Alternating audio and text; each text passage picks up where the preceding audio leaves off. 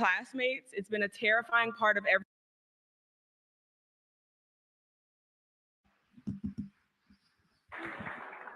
Hi. This is a powerful room. I'm so grateful to be here. Hi, everybody. My name is Kaya Hector. I'm a rising junior at Howard University studying. Yep, you know. I'm studying community development and political science, and I'm also a proud Prince George's County native. Yes.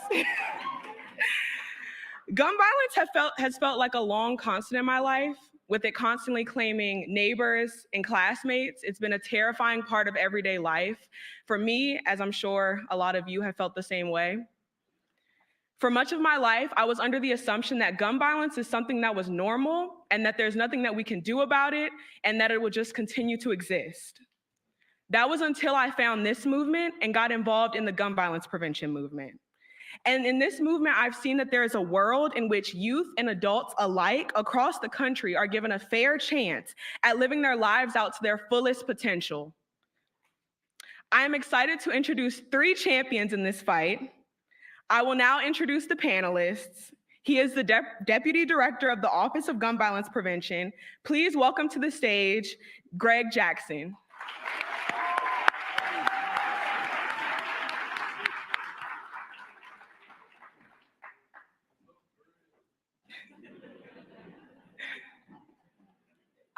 For the next panelist, he is a Grammy-nominated artist and philanthropist. Please welcome to the stage, Quavo.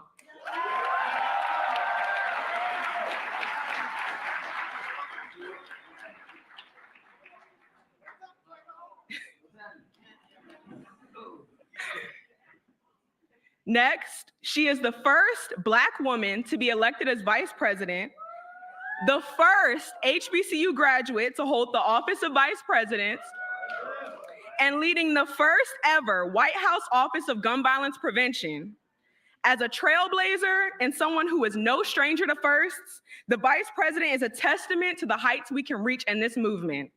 And now it is my honor to introduce a fellow Bison, the first woman to be elected vice president of the United States, Kamala Harris.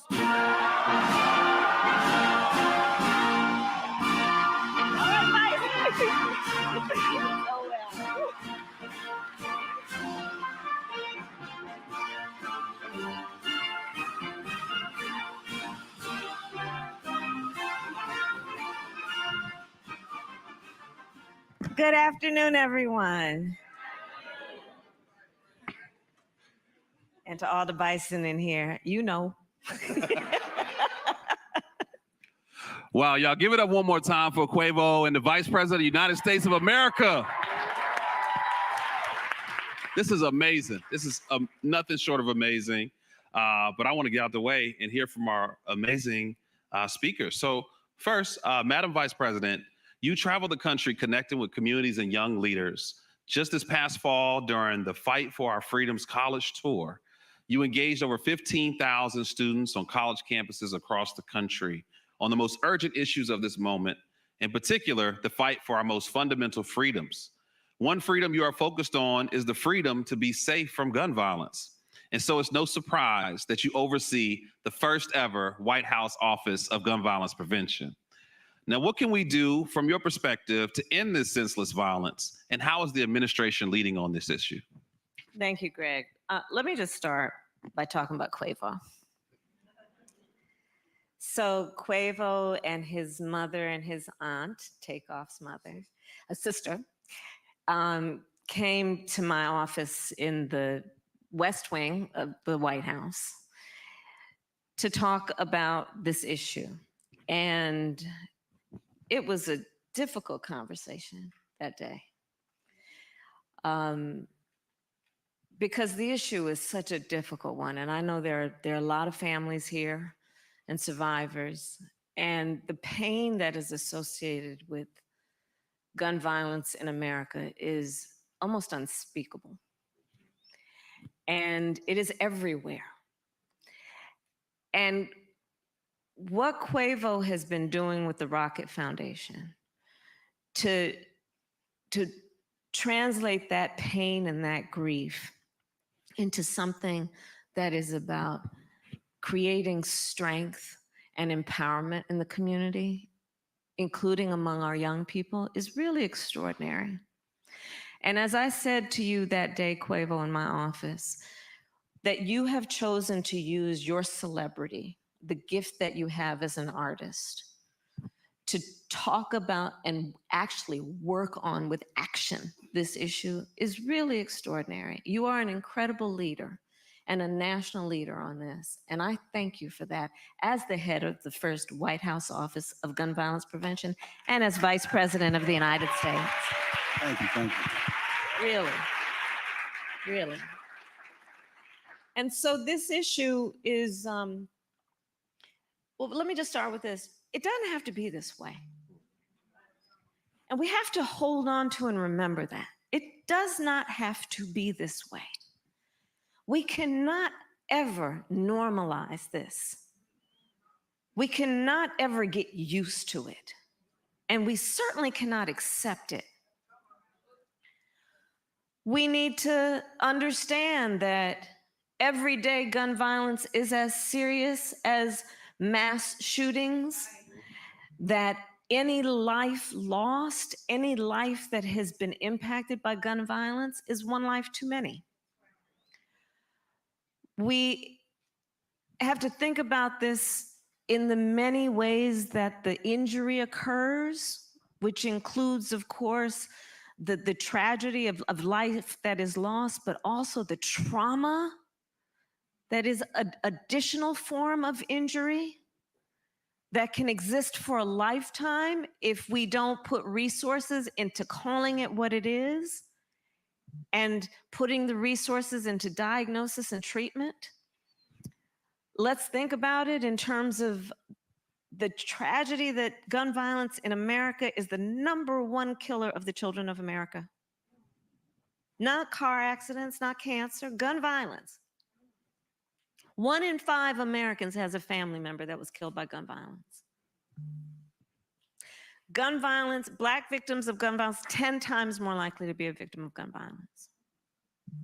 So it's a real issue that requires everybody's priority in terms of addressing it. And there are many ways to do it that include also what we need to do around election time, which is about recognizing that too many people who I will call cowards have been pushing this false choice to suggest you're either in favor of the Second Amendment or you want to take everyone's guns away. That's a false choice.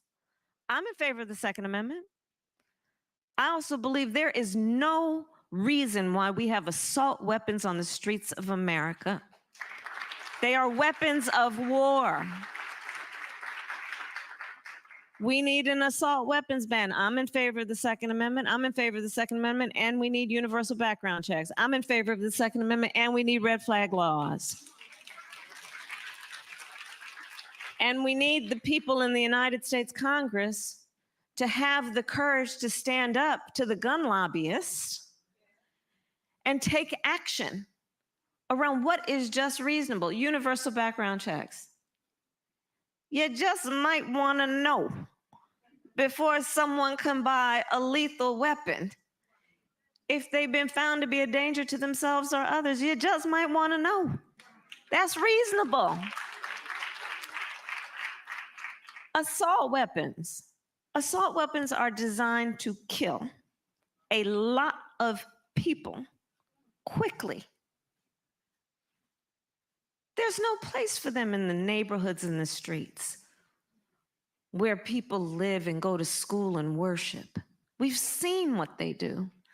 So there are solutions, and that's part of the work that I'm doing with the Gun Violence Prevention Office at the White House, is to work on those solutions, including what we have recently done through that office, which is to put $1 billion into hiring mental health counselors in our public schools to help address the mental health aspect of this. Yes. Amazing. Madam Vice President, you spoke of courage, and there's nothing more courageous than losing someone and stepping up and taking action. And Quavo, you did one of the bravest things with your family by coming to Washington and advocating for change. And so I'm just curious if you could share a little bit about why is this issue so important to you, and why is it so important for you to take action after suffering such loss?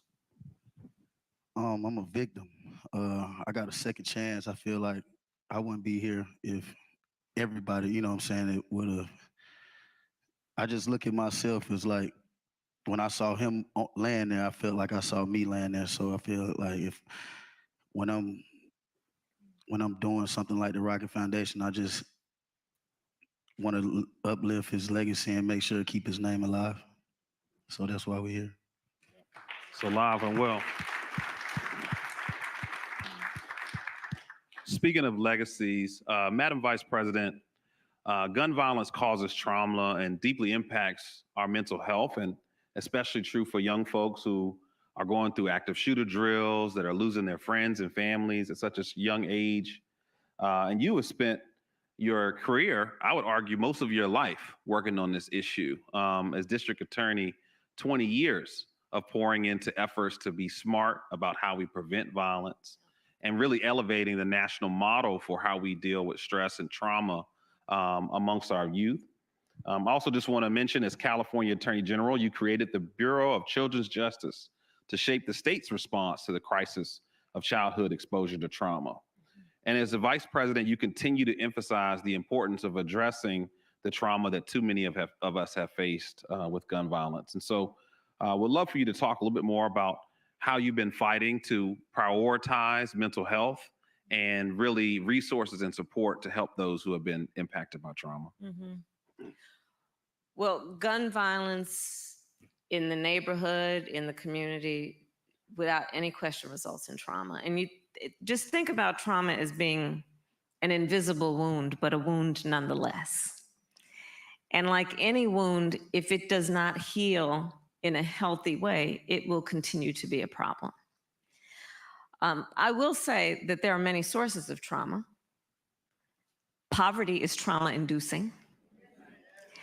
When you start compounding sources of trauma, then you can just imagine how the trauma is even more severe. So let's speak truth about that as well. But on the issue of what I've seen in particular about the trauma that comes from exposure to violence, some people will simplify the point of post-traumatic stress disorder, PTSD. And one of the ways that I've heard it simplified, but it makes sense, is imagine every day you're walking across a very busy street, and out of nowhere, a Mack truck comes barreling down. Without reflection, you'll produce what's called a cortisol. Your body will absolutely just react without reflection, and you'll jump back. But if every day at different points in time that Mack truck comes, you're going to overproduce that thing. That is the thing that your body is designed to do to help you deal with stress. But when you overproduce it one day, as this example goes, you're walking across the street, you look up, you see that Mack truck coming, and you keep walking. Because you've so overproduced this thing that it makes you numb. It's really important to understand that is one of the symptoms of exposure to trauma-inducing things, because when we talk about how especially our young people are misdiagnosed, when people will look at our young people and say, oh, they don't have any emotion or feelings, that response to this thing doesn't seem like a healthy response. Well, when people have been overexposed to trauma-inducing events, that's physiologically what happens. So we have to also elevate the conversation about what trauma looks like and what the effects of trauma look like. It includes that a young person, or of any age, by the way, will have trouble sleeping at night, will have depression, will have flashbacks. If they're in class, will act out. and then get labeled the bad kid, which just produces a whole other cycle of then getting, right, put on detention, getting kicked out of school. So this issue of early diagnosis and treatment of trauma has profound impacts on everyone from our youngest to of any age. And part of then the work that Quavo, you've been doing with the foundation, what we've been doing is to elevate the importance of dealing with mental health. And it's something that all communities need to address, but we in particular have to remind people, when we talk about healthcare, for too long people have acted as though the body starts from the neck down. Well, what about the healthcare we need from the neck up? That's healthcare. And so mental health care is important, but we got to put the resources into it. And the thing that we know is we need to have culturally competent mental health care providers.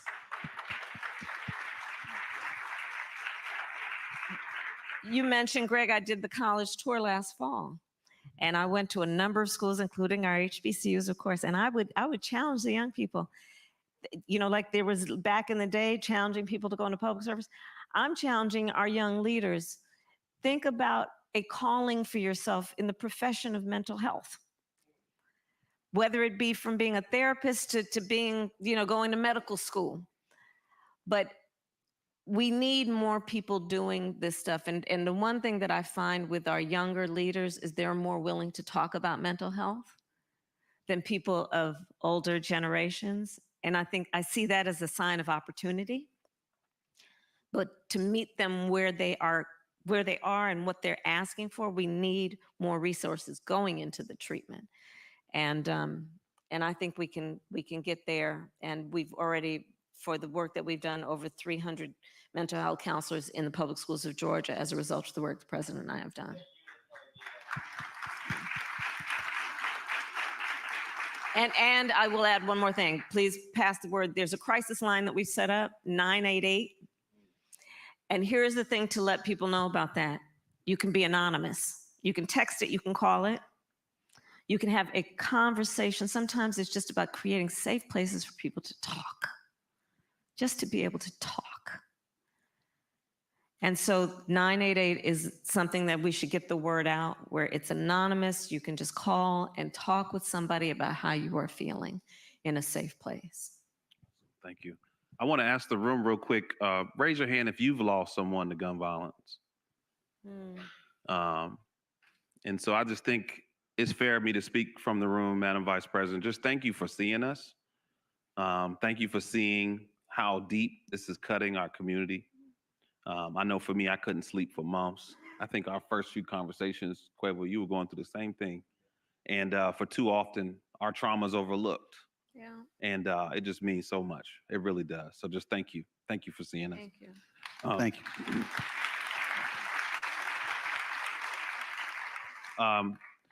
Quavo, you have been an inspiration to me, and look at this big room of so many people from Atlanta, but not just an inspiration on musically, but in your community and really on the entire culture, Black culture in America.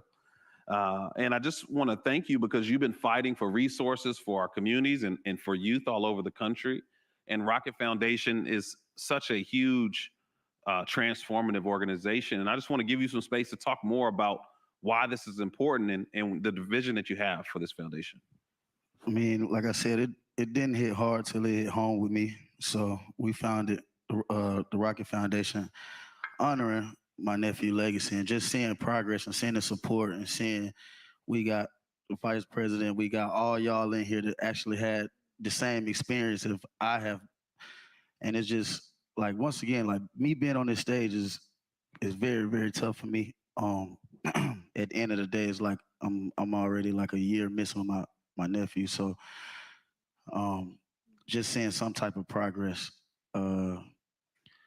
We launched the Spark grants, and we want to make sure that we get these organizations that want to do something about it, funded. We want to make sure we support them. I feel like everybody need like a plug. I feel like in music we say a plug. And, so I just want to be the plug to the community and help change. Hey, let's go. Keep it real. Yeah. I said, keep it real. Speaking of the plug. Well, Madam Vice President, we would love to close with one more question from you. I mean, there's so many amazing young leaders here that are streaming from all over the country, survivors, activists, frontline providers, violence intervention, mentors, so many leaders. And I'm just curious, what would you say to the young leaders of the future of how they can be a part of the change and really help turn this issue around? Well, I'll start with this. You were born a leader. And for the young leaders who are here now, you have clearly decided to activate that as early and as soon as possible. And that inspires all of us. Our country needs you. Our country needs you. And so so I got plenty of advice. Okay, here you go. So let's start with this. You're going to hear many times in your life, oh, nobody like you has done that before. Oh, you're too young. Oh, it's not your time. Wait your turn. This is one I love. Oh, it's going to be hard work. Don't you ever listen to that. Let me tell you, I have a saying, I eat no for breakfast. I don't hear no until maybe the 10th time, and I don't hear it then either. So don't ever listen when someone tells you that the thing that you have passion about, that you know can be done. Don't ever listen when somebody tells you it's not possible. The other piece of advice I have is this. Don't ever be burdened by other people's limited ability to see who can do what. That's not your problem. That's not your problem. That's their problem. Got more advice. There will be many times when you're going to be in a room, a meeting room, a boardroom, where you're going to be the only one that looks like you in that room. The only one who's had the experiences that you've had. I want you to look around this room and hold this image in your heart and in your mind. And you remember when you walk in those rooms, we are all in that room with you. And so we expect and require that you walk in that room with your chin up and your shoulders back, knowing you are carrying the voice of so many people who are so proud that you are there. Don't ever let anyone suggest to you that you are alone, because that's one way to make somebody feel like they don't have people. You have people. You have people who stand with you. And so these are some of the things that I think is so important for our young leaders to remember. And in particular, our young leaders right now. You know, you talked, Greg, about active shooter drills. You know, when I was growing up, the closest thing we had was fire drills. Mm-hmm. Yep. Right? Our children, our young people, when I was doing the college tour, and I was doing it with college age people, so I was doing trade schools as well as universities and stuff. And I would ask the young people, raise your hand if at any point between kindergarten and 12th grade you had to endure an active shooter drill. Almost every hand went up. This one young person said to me, younger than the college, and said to me, yeah, that's why I don't like going to fifth period. I said, why, sweetheart? Why don't you like going to fifth period? And they said, well, because in fifth period, there's no closet to hide in. So we talk about trauma. It includes, especially when you're talking about children who are exposed to everyday gun violence, and they're doing active shooter drills, worrying about who might bust through the classroom door. Think about what our children are carrying in terms of the fear, when their beautiful big brains should be open to the wonders of the world and being taught about the wonders of the world and excited about that. And so back to our young leaders, your voices on so many issues, including this one, are based on a lived experience, which gives you the authority and the right and the entitlement to go out and speak your truth and require that people listen to you. And don't stop talking until people listen to you. We are counting on you. And you know, when our young leaders start voting in their numbers on issues like this, we're going to see a sea change, because they're not going to wait. They're not going to wait, and they are not falling for the okie doke. So that's my advice. And then I guess my last piece is this. So I was proud when I was in the United States Senate to be one of the sponsors to make Juneteenth a federal holiday, which, and Juneteenth, yes. And Juneteenth is tomorrow. So, you know, a lot of people have said, well, how should we be celebrating? And, you know, we have the traditions, of course, but how should we think about now as a federal holiday? So one of the things that I've issued as a call to action, so I would invite everyone to participate, is among the many ways that you celebrate Juneteenth, think about how you can ask just your neighbor or your cousin or somebody to make sure they're registered to vote. Let's think of it as a day of action to register people to vote as well for Juneteenth. So Sure. There we go. I just want to add one quick thing for all the young folks out there. We have our great partners at AmeriCorps that are here as well. And so Yes. Please give them a big round of applause. And there are over 500 sites of AmeriCorps where you can sign up and join the team officially to help us address the issue of gun violence. And don't we have some paid jobs in the connection with AmeriCorps? Oh, yes, ma'am. Let's talk about that. Yes, ma'am. The average program pays $2,914 a month. But you know, who's counting? But there are great programs to get you started. And we would love to have you be a part of your service work and being paid for that effort. So, and one last thing I'll just share.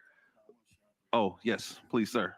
I just want to shine light on the Rocket Camp and go back to how she said everything started with the youth. So what we will be doing, we gonna open up the Rocket Camp and have where are my Rocket Camp kids at? What are they in here? Okay, cool. Yeah, so yeah, right there. Yeah. We're gonna keep them boys. Oh my goodness. Yes, sir. Yes, sir. Oh. So I'm gonna make sure I pull up to the camp, and you know we're gonna make sure we play basketball, have some fun things, and at the same time it's gun prevention programs and many other programs in there. So I'm hands-on. I will be coming to see y'all boys Rocket Camp. That's right. Oh, that's wonderful. So, Madam Vice President, would you like to share the last word? We have more work to do, but good work is happening. And let's not let anybody make us think that we cannot make a difference. There's so many people here they raise their hand. You've been through so much. And it's never ending in some ways, but we can't let these circumstances take away our purpose and our knowledge that we can make a difference. And I look at this leader, at Quavo, as an example of that. You inspire so many people, including me. Thank you. Because this is exactly what leaders do. They figure out a way to turn pain into purpose in a way that benefits so many. And I'll just end with this. You know, I think that there's been something kind of backward that's been happening in our country in the last few years, that is to suggest that the strength of a leader is measured based on who you beat down, when in fact the real strength of a leader is measured on who they lift up. And that's what you are doing. Yes. Please give it up one more time, y'all, for Quavo and the Vice President of the United States of America.